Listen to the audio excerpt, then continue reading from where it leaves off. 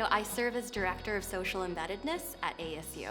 A lot of my background comes from collaborating with external partners, and so I think the connections from across the university, out in the community, all of them have kind of led me to where I am now, where I get to work on how might we build the structures, the recognition, the opportunities for ASU to collaborate with community partners in mutually beneficial ways.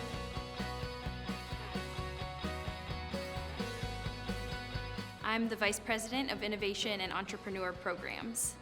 It means that I get to work with business owners and entrepreneurs all day, every day, and I get to run an amazing department and team of service providers who help small businesses, and we write grants, we do partnerships in the community with other organizations, we run a co-working space, and we also run an incubator, an accelerator, and we give sub-grants to other nonprofits.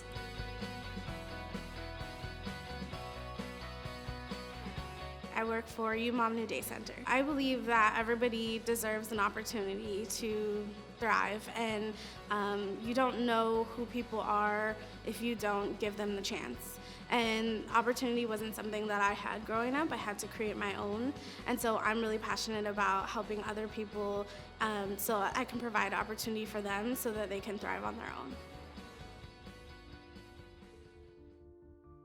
I would say I love and enjoy doing service because it fulfills me, and I take what I learn from doing service and participating in service to my professional life.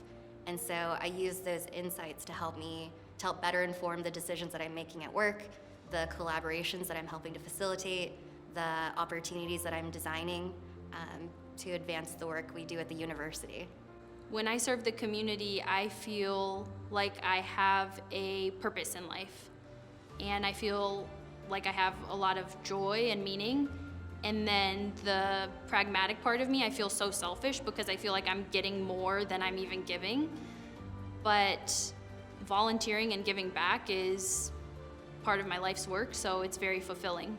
I think volunteerism and being a part of your community is so important because the relationships that you gain from individuals in our community is just invaluable. You never know who you're going to meet, so putting yourself out there and trying to, meet people you wouldn't typically meet in your day-to-day, there's just so much value to that. An innate sense of curiosity, the network around me, the awesome people who look out for me, fairy godmothers and fairy godfathers who see something in me and want to ensure that they find opportunities to either collaborate with me, showcase my work, put me into strategic positions of being seen and heard and recognized. It's always been professors for me, men and women. They take the time to not just meet with you in office hours, but actually to coach you, to help you see your weaknesses, how you can improve. So hands down, my best mentors in life have been all educators. I've been mentored all of my life through many phenomenal women who have, really been trailblazers in our communities, and I've never knew that, that was them mentoring me. Those were, them making the path for me, and I think that's really incredible. I would say that I lead through servant leadership. What are the things that I can do to most support others to find the resources that they need in order to be successful? I would say that the type of leader that I am relies on others' expertise and their strengths and their knowledge, knowing that I don't know everything, and the more that I progress in my career, the more I realize I don't know anything at all. And so if there are people who know these things, why don't we put together teams to do really awesome things together? Yes, maybe one thing that's led me to be so successful so early on is servant leadership. This is really important to me because it's not always about elevating yourself. That's why this is so awkward. When I did the documentary with GoDaddy, it was easy because I was talking about our business owners and featuring what we do. It's super weird and uncomfortable to talk about yourself, but I know that there's so much that I have accomplished for not just my organization, but for the community. I'm very inspired by John Wooden, who the UCLA basketball coach. He has all of these maxims that are so simple but help me become a better leader and be a better person for my team and everyone around me, not just my team at work, but my family, my friends, and my community.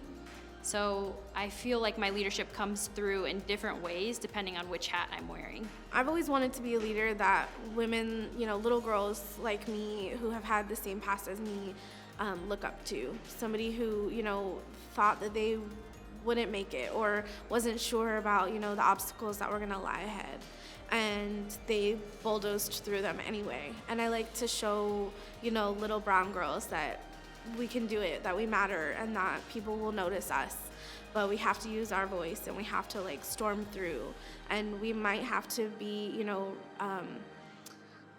silent leaders, and we might have to, be unintentional leaders, but that, there are people that are watching, and that they, we can together all make a huge difference, regardless of where you come from and what background you are, what race or any of that. You can still make a difference. You can still be phenomenal.